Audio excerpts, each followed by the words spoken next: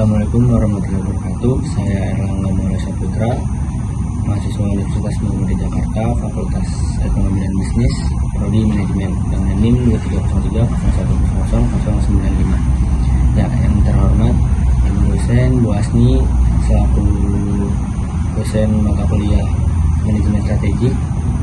Ya, jadi pada kesempatan kali ini saya akan mewawancarai narasumber yang memiliki usaha UMKM di bidang kuliner, yaitu kebab.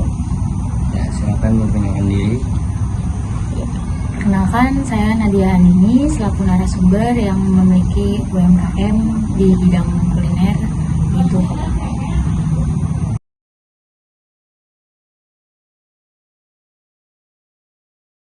Ya, jadi saya mulai nih Kak tentang usaha yang kakak bangun ini.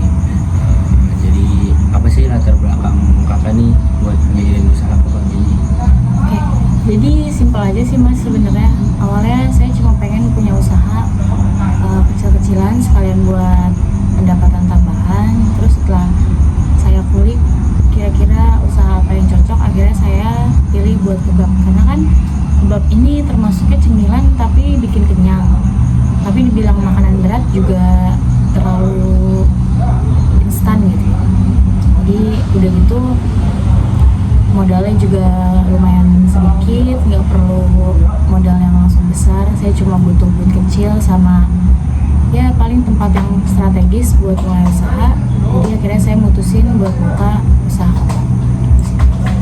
Dan mungkin pertanyaan selanjutnya yang akan saya tanyakan ke kakaknya nih, jadi gimana sih strategi kakak nih buat dari karyawan gitu dan buat ngelola usahanya?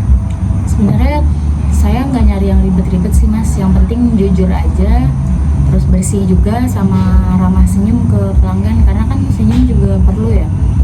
Paling saya nyarinya dari tetangga atau teman-teman terdekat, biar saya juga tahu latar belakangnya, juga gampang ngajarinnya. Saya lebih seneng sama orang yang belum punya pengalaman tapi mau belajar sih Mas, biar sama-sama enak ngajarinnya juga. Kalau buat ngurus usahanya nih Kak, gimana nih Kak kalau misalnya di kebab itu? Sebenarnya caranya karena UMKM jadi kekeluargaan aja sih Mas. Paling untuk uang saya bikin harian reportannya.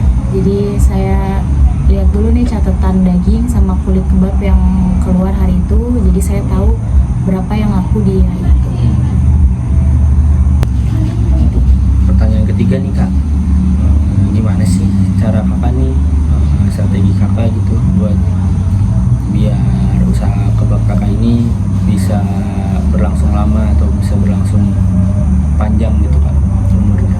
Ya sebenarnya saya yang penting konsisten aja sih Mas soal rasa, karena kebanyakan pedagang sekarang tuh kalau misalkan bisnisnya mulai rame, dia jadi ganti bahan-bahan pokok yang lebih murah, yang penting untungnya gede. Kalau saya tetap konsisten, bahan-bahan yang saya pakai harus sama kayak awal saya bangun usaha. Jadi pelanggan tuh tahu cita rasanya, tetap konsisten gitu. Nah, untuk yang terakhir nih Kak, mungkin pertanyaan terakhir dari saya juga, gimana sih rencana kakak nih buat ngembangin usaha kakaknya di masa depan nanti? Kalau mimpi saya sih di masa depan paling mau buka banyak franchise di kabupaten lain atau di daerah lain. Sama saya mau coba buat kebab frozen sih Mas. Jadi ibu-ibu sekarang atau teman-teman yang terlalu sibuk gitu buat keluar atau malas buat keluar, bisa stok buat sarapan. Jadi tinggal diolah sendiri di rumah. Jadi tinggal beli di kita frozennya aja. Itu juga lumayan buat nambah omset. Terima kasih ya Kak atas waktunya. Mohon maaf mengganggu waktunya. Terima kasih Bu Asni. Assalamualaikum warahmatullahi wabarakatuh.